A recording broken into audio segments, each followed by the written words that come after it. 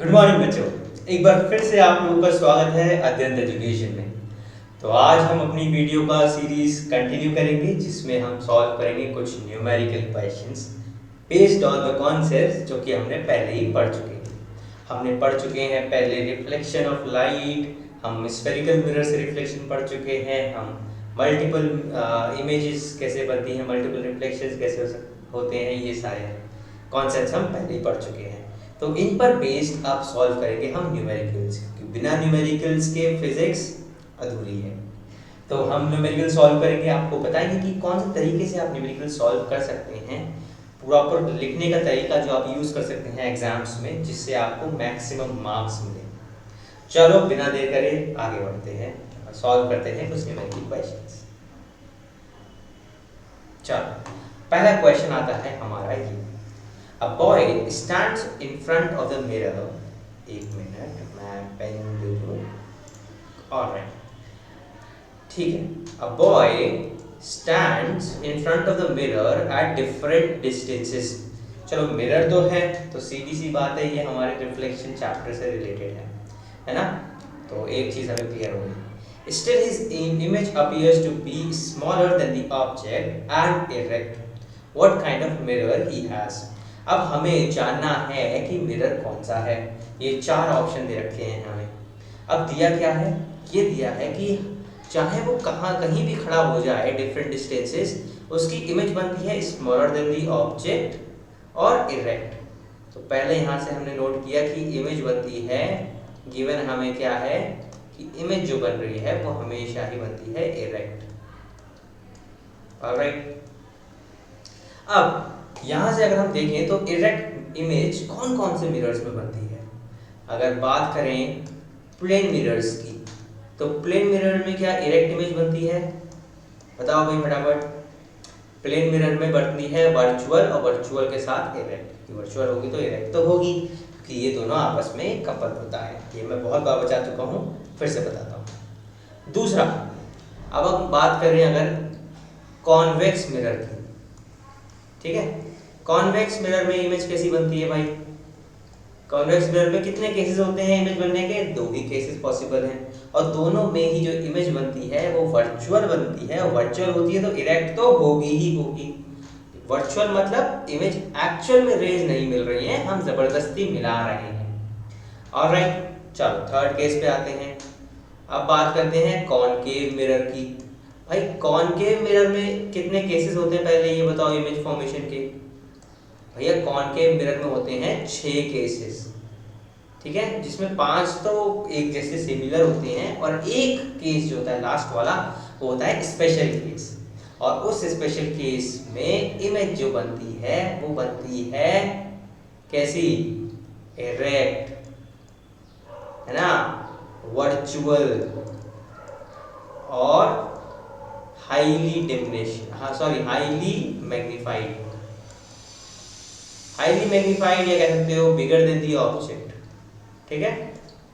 चलो तो यहाँ पे एक केस में बनती है, सब में रियल और इन्वर्टेड बनती है, एक में वर्चुअल इरेक्ट बनती है। तो हाँ ये भी पॉसिबल हो सकता है। अब सेकंड कंडीशन क्या दी हुई है? ये तो थी पहली कंडीशन, है ना।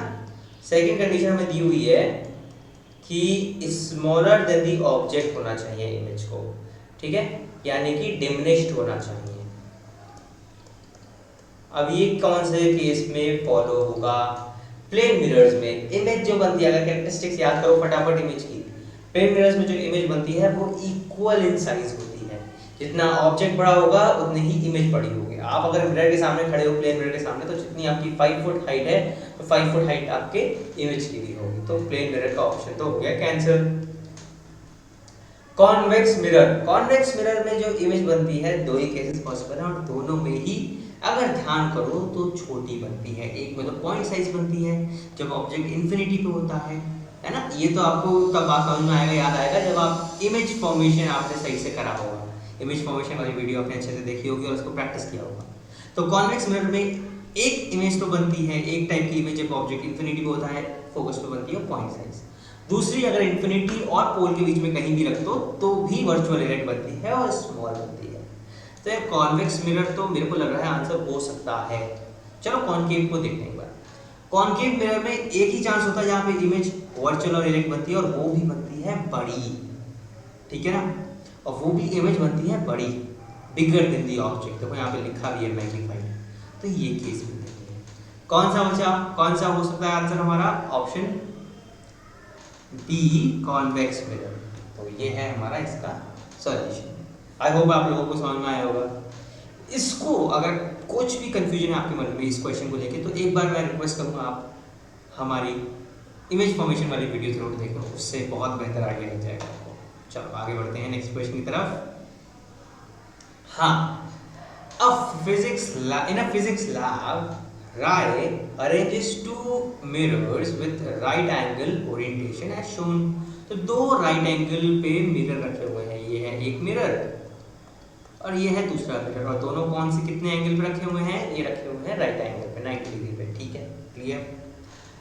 The light reflects off both mirrors as shown. चलो ये आई लाइट पहली बार यहाँ पे, ठीक है, और यहाँ से टकराई, रिफ्लेक्ट हुई, ऐसे आई, यहाँ से टकराई, रिफ्लेक्ट हुई, ऐसे आई, तो ऐसे लौट गई। Okay, if angle A is 38 degree, angle A की वैल्यू दी हुई है 38 डिग्री, बहुत बढ़िया।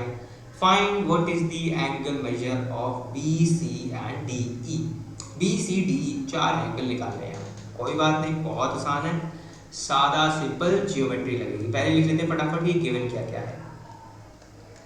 गिवन है कि दोनों मिरर, चलो इसको मान लेते हैं M1 और इसको मान लेते हैं M2, ये है 90 डिग्री पे। So M1 is perpendicular to M2, clear.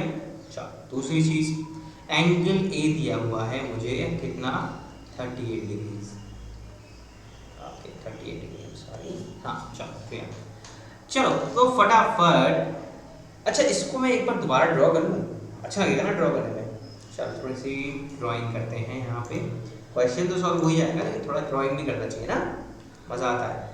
चलो ये आ गई स्ट्रेट लाइन, ये आ गई एक स्ट्रेट लाइन, तो बेसिकली स्ट्रेट लाइन में ये है हमारा एक मिरर जिसका नाम है M1, ये है हमारा एक दूसरा मिरर जिसका नाम है, बताओ फटाफट, M2। दोनों है 90 डिग्री पे, क्लियर, तो दिख भी रहे होंगे 90 डिग्री पे।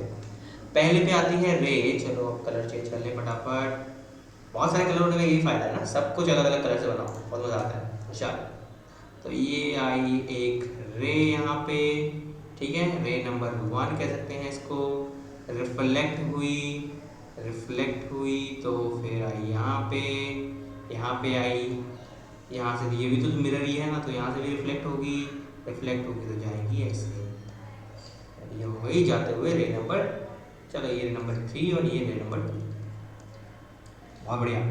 अब ध्यान से सुनो, हमने पढ़े हैं प्लेन मिरर के बारे में, लॉज ऑफ रिफ्लेक्शन, है कि नहीं, लॉज ऑफ रिफ्लेक्शन। तो लॉज ऑफ रिफ्लेक्शन में जो हमारा दूसरा लॉ था ना, क्या, angle i equals to angle r, ये बहुत यूज हुआ इस क्वेश्चन में। देखिए कैसे, पहला पॉइंट जो यहाँ पे है, इसको अगर मैं ऐसे ड्रॉ कर लूँ लाइन, ये लाइन को मैं क्या बोलूँगा बताओ फटाफट, ये है मेरा पॉइंट ऑफ इंसिडेंस, है कि नहीं, ये है मेरी इंसिडेंट रे, ये वाली जो रे है ये इंसिडेंट रे, तो जा रही है वापस, ये रिफ्लेक्टेड रे, तो ये रे हो गई मेरी नॉर्मल। ये एंगल क्या एंगल हो गया बताओ फटाफट, एंगल ऑफ इंसिडेंस। ये एंगल क्या एंगल हो गया बताओ फटाफट, एंगल ऑफ रिफ्लेक्शन, है कि नहीं, क्लियर है। चलो क्वेश्चन में मुझे दिया हुआ है क्या, चलो कलर फटाफट चेंज करो एक बार और, क्वेश्चन में दिया हुआ है भाई कि ये एंगल दिया हुआ है 38 डिग्री, है ना, लेकिन अगर आपने मैथ्स पढ़ी है अच्छे से अपने क्लास में, आपको पता है जो परपेंडिकुलर, नॉर्मल तो परपेंडिकुलर होता है, और परपेंडिकुलर को हम ऐसे भी रिप्रेजेंट करते हैं, परपेंडिकुलर मतलब 90 डिग्री। तो जब ये पूरा एंगल, अच्छा इसका नामकरण करें क्या, बड़ा कंफ्यूजन हो जाएगा, नामकरण करेंगे, चलो नामकरण नहीं करते, एक समझ लो, सिर्फ समझ लो ऐसे, ये जो पूरा एंगल है ना, ये जब 90 डिग्री है, तो इसमें से सिर्फ इतना पार्ट अगर देखें तो ये 38 डिग्री है, तो बचा हुआ कितना हो जाएगा, बचा हुआ एंगल ये आई हो जाएगा 90 माइनस 38 डिग्रीज, और ये आएगा हमारा कुछ कितना 52 डिग्रीज, है ना, 52 डिग्रीज ही तो होगा, हाँ 52 डिग्री, बहुत बढ़िया। जब आई 52 डिग्री तो आर भी 52 डिग्री, यही तो होता है लॉ ऑफ रिफ्लेक्शन भाई, आई इक्वल्स टू आर। ठीक है, चलो फटाफट, तो आर भी आ गया 52 डिग्रीज। अब यदि आर 52 डिग्री आ गया तो ये वाला एंगल क्या निकाल लेंगे क्या भैया, यहाँ पे भी तो 90 डिग्री है ही ना, तो ये वाला एंगल भी आ जाएगा जो कि है बेसिकली एंगल बी, और एंगल बी आ जाएगा सेम तरीके से 90 माइनस 52 बराबर 38 डिग्री। चलो एंगल बी आ गया मेरा बराबर 52 डिग्री, बहुत बढ़िया, एक निकाल लिया हमने। अब बात करते हैं बाकी की, बी निकल गया, अब सी की बात करते हैं, क्योंकि देखो ये एक ट्राइंगल की बात करें, अगर ये मेरे को दिख रहा है एक ट्राइंगल है कि नहीं, ये ऐसा एक ट्राइंगल बन रहा है, राइट एंगल ट्राइंगल है कि नहीं, ये एंगल मुझे दिया हुआ 38 डिग्री, ये तो एंगल बी 38 डिग्री, तो ये एंगल कितना हो जाएगा, अरे angle sum property of a triangle क्या कहती है कि तीनों एंगल का सम किसी भी ट्राइंगल में होता है 180 डिग्री, है कि नहीं। तो मेरा आ जाएगा, अगर मैं यहाँ पे लिखूँ इसको, बी बीच वाला एंगल पर 90 degree plus C equals to 180 degree, है कि नहीं। तो हमारा बी की वैल्यू हमें पता है कितनी 38, तो सी की वैल्यू फटाफट हो जाएगी 180 माइनस 90 माइनस 38 बराबर हो गया मेरा 52 डिग्री। तो ये आ गया मेरा सी, क्लियर है। चलो सी की वैल्यू भी आ गई मेरी 52 डिग्री। अब बचा डी, चलो डी के लिए हम क्या करेंगे, डी के लिए पहले यहाँ पे नॉर्मल ड्रॉ करते हैं। तो ये एंगल है ना मेरा डी, कोई बात नहीं, ये एंगल मेरा आ गया कितना 52 डिग्री। अब देखो क्योंकि ये नॉर्मल जो हमने बनाई है ये भी तो परपेंडिकुलर है, जब ये परपेंडिकुलर है तो ये पूरा एंगल 90, ये पूरा एंगल हो गया 90 डिग्री, तो ये एंगल कितना होगा 90 माइनस 52 डिग्री, फिर से वही चीज 90 माइनस 52 यानी कितना 38 डिग्री, और 38 तो ये तो देखो अगर लॉ ऑफ रिफ्लेक्शन इस पॉइंट पे लगाएं, ये इसको मैं ले लूँ point of incidence, law of reflection लगाऊं तो लॉ ऑफ रिफ्लेक्शन के मुताबिक आई इक्वल्स टू आर होता है, तो मेरा आर जो ये जो एंगल होगा ना ये मेरा आर होगा, ये अगर आई है ये मेरा आर होगा, तो आई बराबर आर बराबर 38 डिग्री। तो बेसिकली एंगल डी भी आ गया मेरा 38 डिग्री। आई होप ये समझ में आया होगा आप लोगों को। सिंपल ज्योमेट्री, कुछ नहीं किया हमने, सिंपल ज्योमेट्री यूज करी, ठीक है भैया, हमारे यहाँ सॉल्व हो गए। रिफ्लेक्शन में ये बहुत अच्छी बात है, ज्योमेट्री थोड़ी बहुत आती है तो बहुत सारे क्वेश्चन रहते हैं। चलो आगे बढ़ते हैं हम फटाफट अपने नेक्स्ट क्वेश्चन की तरफ। हाँ, third question number 3, find the size, nature and position of image formed by a concave mirror when an object of size 1 cm is placed at a distance of 15 cm। Okay. पहली चीज दी हुई है concave mirror, noted, given में लिखेंगे, colour change कर लें थोड़ा सा ज़्यादा ब्राइट हो रहा है, चलो ठीक है कोई बात नहीं, तो कलर चेंज करके हम इसको लिखेंगे, चलो ठीक है चलते हैं, नया कलर यूज करते हैं। चलो गिवन में दिया हुआ है, सबसे पहले दिया हुआ है कॉन्केव मिरर, बहुत बढ़िया। दूसरी चीज क्या दी हुई है भाई, ऑब्जेक्ट ऑफ साइज 1 सेंटीमीटर, यानी कि हाइट ऑफ ऑब्जेक्ट दी हुई है 1 सेंटीमीटर, बहुत बढ़िया। Place at a distance 15 centimetre, यानी कि ऑब्जेक्ट डिस्टेंस दी हुई है 15 सेंटीमीटर, बहुत बढ़िया। Given focal length of the mirror is 10 centimetre, focal length दी हुई है 10 सेंटीमीटर, ये तो बहुत बढ़िया, फोकल लेंथ भी आ गई। अब अच्छा एक बार अगर साइन कन्वेंशन याद करो आप लोग, साइन कन्वेंशन हमने पढ़ा था ना अपने पिछले वीडियो में, तो साइन कन्वेंशन मिरर फॉर्मूला क्या था, तो साइन कन्वेंशन के मुताबिक अगर मैं कॉन्केव मिरर ऐसे बनाता हूँ, है ना, तो इधर जो भी होता है वो पॉजिटिव होता है, इधर जो भी होता है वो नेगेटिव होता है, ऊपर जो भी होता है वो पॉजिटिव होता है, नीचे जो भी होता है नेगेटिव होता है। ऑब्जेक्ट हमेशा मिरर के सामने रखा होता है ना, ऑब्जेक्ट तो हमेशा कहीं आना है, कहीं ना कहीं यहाँ रखा होगा, तो ये तो हमेशा नेगेटिव की साइड है, चाहे मिरर कोई सा भी हो आपका, मिरर आपका कॉन्केव हो, कॉन्वेक्स हो, लेंस भी अगर बात करेंगे तब भी, तो ऑब्जेक्ट डिस्टेंस जो होगी वो हमेशा ही नेगेटिव आएगी, ये बात गांठ बांध लो, याद रखो हमेशा। फोकल लेंथ, अगर कॉन्केव मिरर है तो देखो कॉन्केव मिरर की फोकस यहाँ नहीं होता है ना, हमने पढ़ा था कि रेज आती है पैरेलल है, वो रिफ्लेक्ट होकर यहाँ पे इंटरसेक्ट करती हैं, तो यहाँ पे फोकल लेंथ भी सामने होता है मिरर का, तो ये भी होगा नेगेटिव, क्योंकि ये भी है नेगेटिव साइड। तो ये तो साइन कन्वेंशन से साइन लगाना बहुत जरूरी है, ये नहीं लगाएंगे तो क्वेश्चन सही होने के चांसेस बहुत कम है। ठीक है, चलो आगे बढ़ते हैं।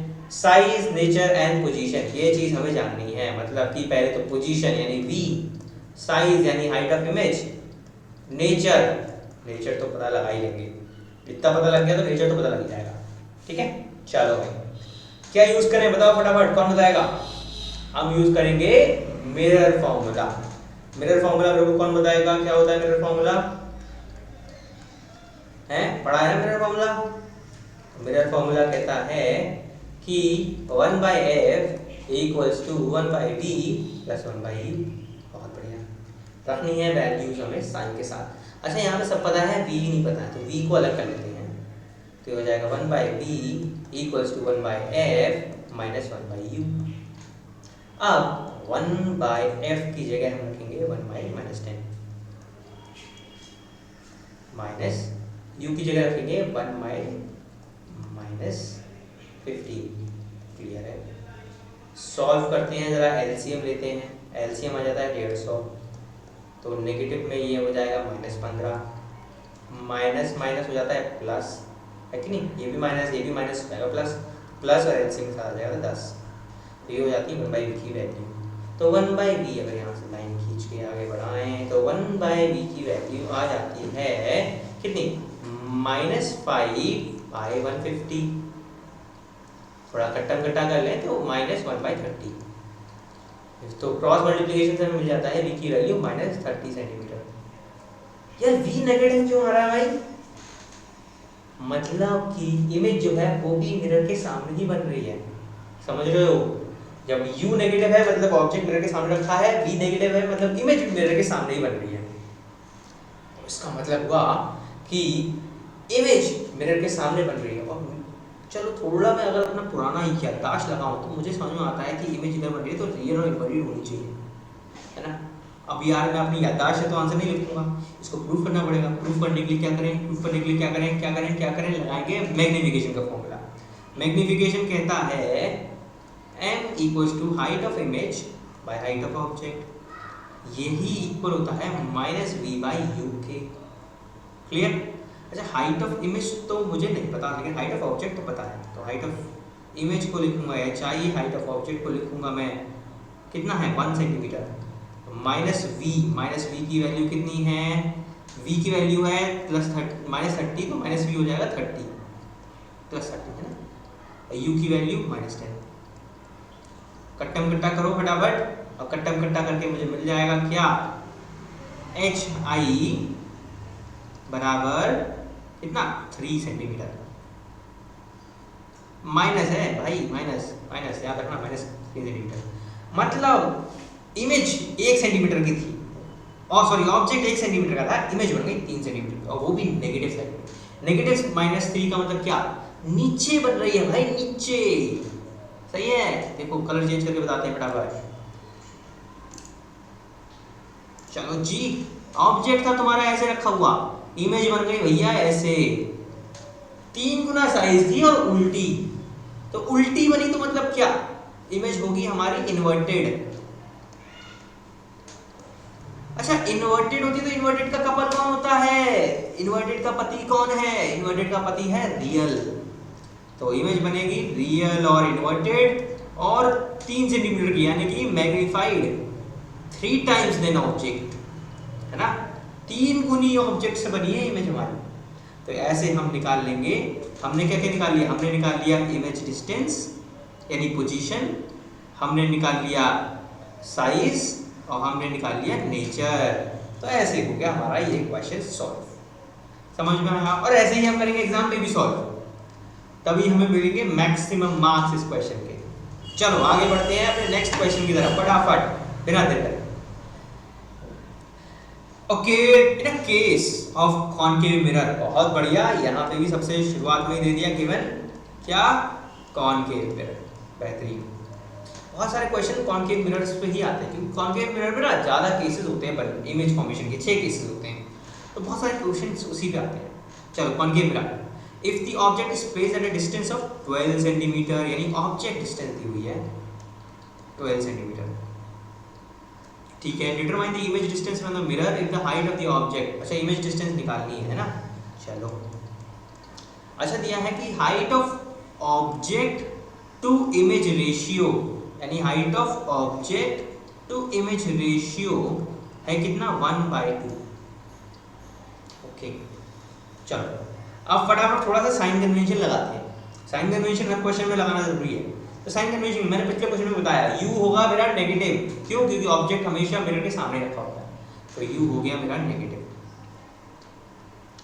अच्छा अब एक बात बताओ, देखो थोड़ा सा दिमाग लगाओ, height of object by height of image का रेशियो 1/2 दे रखा है, इसका मतलब इमेज की हाइट ज़्यादा है, इमेज बड़ी बन रही है कि नहीं? अच्छा ठीक है, दुगनी साइज की बन रही है ना, ये भी सही है। तो रेशियो दिया हुआ है, इमेज हमारी कॉन्केव मिरर में इमेज हमारी बनती है इन्वर्टेड मोस्टली, ठीक है? तो उसकी वजह से मैं यहाँ पे ये लिख सकता हूँ क्या, क्योंकि ये तो सिर्फ रेशियो दिया हुआ है, इसमें साइन दिया हुआ है, साइजेस का रेशियो दिया हुआ है, और जो हम साइन लगाएंगे ये लगाएंगे हम साइन कन्वेंशन से। तो मैं अज्यूम करता हूँ कि जो इमेज होगी वो इन्वर्टेड होगी, है कि नहीं? तो मैं अगर अपना साइन कन्वेंशन लगाऊं तो उस हिसाब से जो ये रेशियो हो जाएगा ना HO/HI, ये हो जाएगा -1/2। थोड़ा समझो ये हमने क्यों लगाया, क्योंकि हमको पता है कि एक कॉन्केव मिरर में जो इमेज बनती है ना, वो 5 केसेस में बनती है इन्वर्टेड और रियल, एक केस में बनती है वर्चुअल और इरेक्ट, ठीक है? अब इसमें जो दिया हुआ है कि जो डिस्टेंस ऑब्जेक्ट की है 12 सेंटीमीटर, और ऑब्जेक्ट की जो इमेज की जो हाइट है वो लगभग डबल है, लगभग क्या डबल ही है, वो हमारा वर्चुअल के केस में नहीं हो सकता। इमेज की हाइट वर्चुअल में ज़्यादा होती है, ठीक है? चलो आगे बढ़े, तो ये लगा दिया हमने। अच्छा इसको जरा मैं क्रॉस या उल्टा उल्टा कर लूँ, रेसिप्रोकल ले लूँ, तो रेसिप्रोकल लेके मेरे को क्या आ जाएगा HI/HO बराबर -2/1। यार ये किसका फॉर्मूला होता है? ये कहीं ना कहीं तो देखा है, देखा लग रहा है ना, इसको कहते हैं मैग्निफिकेशन। ये मेरा मैग्निफिकेशन है, कुछ नहीं है, मैग्निफिकेशन है। अच्छा मैग्निफिकेशन का एक फॉर्मूला और होता है -V/U, है कि नहीं? होता है सर। अब जरा इस चीज़ को ले लो फटाफट, इन दोनों इस उसको छोड़ो, HI/HO को छोड़ो, इन दोनों को ले लो और सॉल्व करो, क्रॉस मल्टीप्लाई कर लो और वैल्यू रख दो। तो यहाँ पर लिखते हैं, चलो यहाँ से लिखते हैं -V की वैल्यू -V माइनस माइनस ये दोनों कट गए साइड से, ठीक है? V की वैल्यू पता नहीं है, बराबर 2/1 और U यहाँ पे मल्टीप्लाई कर लेंगे, U की वैल्यू है -12, सॉल्व करेंगे हो जाएगा -24, तो V आ गया मेरा -24 सेंटीमीटर। मतलब जो इमेज है उसकी डिस्टेंस है 24 सेंटीमीटर, वो भी नेगेटिव, क्योंकि वो भी फ्रंट में मिरर के फ्रंट में। यार यहाँ पे ये चीज़ जो है ना, ये ट्रिकी है थोड़ी, ये आप लोगों को याद होनी चाहिए। याद क्या होनी चाहिए? समझ में होनी चाहिए। जब आप पढ़ोगे, आप देखोगे इमेज फॉर्मेशन देखोगे तो आपको समझ में आएगा कि जो एक केस होता है, छठा केस कॉन्केव मिरर पे, उसमें इमेज बड़ी बनती है, लेकिन वो दुगनी नहीं बनती है, दुगनी से ज़्यादा बनती है, बल्कि और बड़ी बनती है। उस केस में तो ये चीज़ जो है, ये उस केस को रिप्रेजेंट नहीं कर रही है, इमेज दुगनी बन रही है, और ये केस है हमारा जब इमेज और ऑब्जेक्ट दोनों मिरर के सामने, ठीक है? चलो तो यही हमें निकालना था, इमेज डिस्टेंस हमने निकाला, क्लियर? इसके साथ हमारा ये क्वेश्चन भी सॉल्व हो गया। आगे बढ़ते हैं नेक्स्ट क्वेश्चन की तरफ। A dentist uses a spherical mirror to produce an upright image। चलो यहाँ पे लिखते हैं गिवन फटाफट। यार स्फेरिकल मिरर दिया है, कौन सा? कॉन्केव, कॉन्वेक्स नहीं दिया, अपराइट इमेज बना रहा है, ठीक है? इमेज जो है वो अपराइट मतलब इरेक्ट, सेम चीज है, ठीक है? शब्दों को अगल बगल करके घुमा रहा है बस, और कोई दिक्कत नहीं है, ठीक है? डेंटिस्ट है तो वो अपने पेशेंट के दांत की इमेज बना रहा है, upright image of patient tooth which is magnified by factor of 4.5, ठीक है? मैग्निफिकेशन कितना है? 4.5 बाय फैक्टर ऑफ 4.5 मतलब 4.5 गुना, तो ऐसे लिख सकते हैं, कोई दिक्कत नहीं है ना, ठीक है? Alright, when magnified by factor of 4.5 when placed 1.8 centimetre from the tooth. अच्छा, अब दांत से 1.8 सेंटीमीटर पे रख दिया है, क्या रखा है? देखो दोबारा पढ़ो क्वेश्चन, क्लैरिटी नहीं आई। Dentist uses a spherical mirror to produce an upright image of a patient's tooth which is magnified by factor 4.5 when placed 1.8 centimetre from the tooth. मतलब जो मिरर है ना, वो दांत से 1.8 सेंटीमीटर पे रखा है। तो दांत हो गया ऑब्जेक्ट, दांत ही तो हो गया ना ऑब्जेक्ट। अगर मैं दांत ऐसा होता है क्या दांत, शायद थोड़ा सा ऐसा होता है, मान लो गंदी थोड़ी ड्राइंग है लेकिन कोई बात नहीं, सपोज कर लो ये मेरा है मिरर है, और यहाँ से दांत से और मिरर की दूरी है कितनी, 1.8 सेंटीमीटर। ठीक है, क्वेश्चन की लैंग्वेज को समझो, क्या वो कहना चाह रहा है। ठीक है, जरूर उन्होंने घुमा के बताया है लेकिन कोई बात नहीं, हम समझ गए। अब केस ए में वो बोल रहा है टाइप ऑफ मिरर बताओ, कॉनकेव है कि कॉन्वेक्स है। ठीक है, चलो केस ए को ही लेते हैं पहले। अच्छा, अब इसके लिए भी थोड़ा इमेज फॉर्मेशन पे जाना पड़ेगा। देखो यार, न्यूमेरिकल भी सॉल्व करने के लिए इमेज फॉर्मेशन आना चाहिए। इमेज बन रही है अपराइट इरेक्ट, इरेक्ट बन रही है, तो देखो एक सिंपल सी बात है, इरेक्ट का पति कौन कौन कौन, वर्चुअल, यानी कि इमेज होगी वर्चुअल। अब वर्चुअल इमेज हमारी तीन चीजें बना सकती है। एक जो पहला क्वेश्चन हम देखा था याद है, प्लेन मिरर बना सकता है, कॉन्केव मिरर बना सकता है, कॉन्वेक्स मिरर बना सकता है। क्लियर। प्लेन मिरर बनाता है सेम साइज, यानी मैग्निफिकेशन जो प्लेन मिरर में होता है ना, प्लेन मिरर की बात करें उसका मैग्निफिकेशन होता है 1। कॉन्वेक्स मिरर हमेशा ही छोटी इमेज बनाता है, तो इसका मैग्निफिकेशन हो गया लेस देन 1। ठीक है, छोटी इमेज बना रही है यानी हाइट ऑफ इमेज हमेशा हाइट ऑफ ऑब्जेक्ट से कम है, तो मैग्निफिकेशन हो गया लेस देन 1।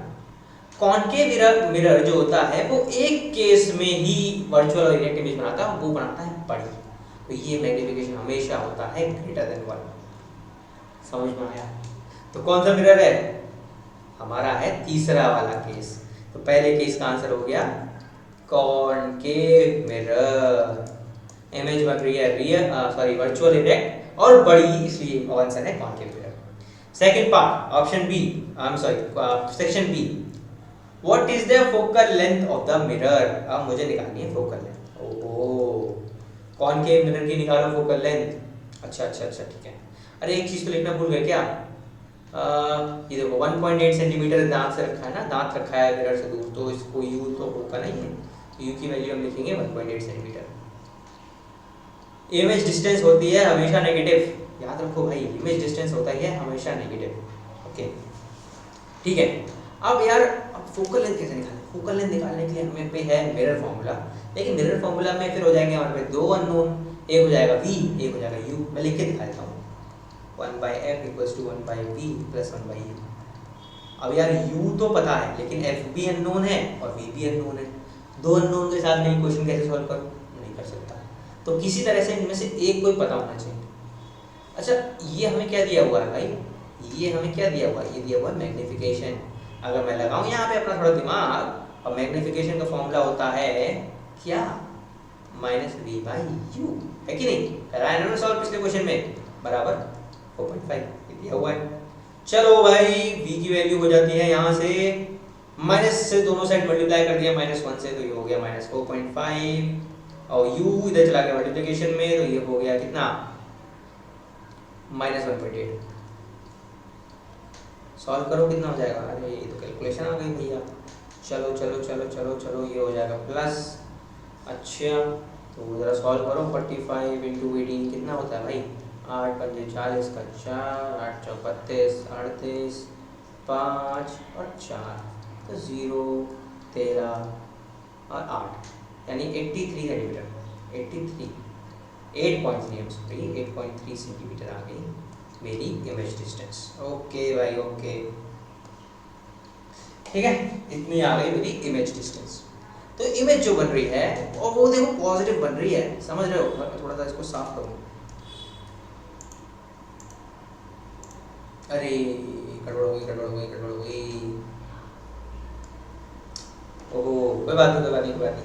क्या निकाल लिया था हमने, इमेज जो बन रही थी वो बन रही थी कितनी, 8.3 सेंटीमीटर पर, प्लस में, और ये था मेरा कॉनकेव मिरर, यहाँ पे रखा था मेरा दांत, है कि नहीं, और ये डिस्टेंस थी कितनी, 1.8, है कि नहीं, ये था यहाँ पे पॉलिश। तो इमेज जो बन रही है वो बन रही है पॉजिटिव जगह पे, यानी यहाँ कहीं पे, ठीक है। इमेज जो बन रही है वो बन रही है हमारी वर्चुअल, इरेक्ट और मैग्नीफाइड, मतलब मिरर के पीछे। तो ये बेशक हमारा छठा केस है। फोकस हमारा कहीं यहाँ पे होगा, पोल हमारा कहीं यहाँ पे होगा। तो जो इमेज बनेगी वो बनेगी हमारी वर्चुअल और इरेक्ट। चलो फोकल लेंथ अभी रह गई भाई, फोकल लेंथ रह गई तो लगा दो फॉर्मूला अपना 1/v प्लस 1/u। u की वैल्यू 1/v है 8.3, u की वैल्यू है माइनस में 1.8। ओहो कैलकुलेशन एलसीएम तो इसको लेते हैं 8.3, यहाँ हो जाएगा 1, यहाँ हो जाएगा कितना कितना कर कितने से मल्टीप्लाई किया था हमने? हमने मल्टीप्लाई किया था ओहो 4.5 से। चलो ठीक है, तो ये आ जाता है कितना 1/f माइनस 3.5 बाई 8.3। ओहो बड़ा उल्टी जल्दी कैलकुलेशन आ गई, कोई बात नहीं। 8.3 बाई 3.5, पॉइंट से पॉइंट काट दो हटा दो तो एफ फोकल लेंथ हो जाती है मेरी 83 बाई 35। सॉल्व करूँ तो ये आ जाएगा 2.3 आ जाएगी मेरी फोकल लेंथ। अच्छा थोड़ा सा इसको इमेजिन करो, ये तो हमने सॉल्व कर दिया, आंसर आ गया, बहुत बेहतरीन। फोकल लेंथ की वैल्यू आ गई हम पे इतनी, और हमने वी भी निकाल लिया था जो आया था इतना, सब कुछ। लेकिन एक बार जरा याद करो, समझो, थोड़ा ध्यान दो। ऑब्जेक्ट रखा था 1.8 पे, फोकल लेंथ आई हमारी 2.3, यानी ये तो बिल्कुल छठा केस है। यानी ऑब्जेक्ट फोकल लेंथ और पोल के बीच में रखा है और इमेज बन रही है हमारी वर्चुअल और इरेक्ट कहीं यहाँ पे, है ना। कैसे बन रही होगी? कुछ बन रही होगी इससे, ये बन रही होगी मेरी इमेज। समझे कि नहीं? समझे कि नहीं? चलो बहुत बढ़िया, इसी के साथ आज का सेशन होता है खत्म। यहीं पे अपनी वीडियो हम कंक्लूड करते हैं। आई होप पांचों क्वेश्चन आपको समझ में आए होंगे और इन्हीं क्वेश्चन से हेल्प लेके या इनसे रिलेट करके आप अपने बहुत सारे क्वेश्चन सॉल्व करेंगे। कोई और क्वेश्चन हो प्लेन मिरर, स्फेरिकल मिरर से रिलेटेड, प्लीज कमेंट बॉक्स में पोस्ट करिए, उसका सॉल्यूशन करने की कोशिश करेंगे। Thank you so much, thank you.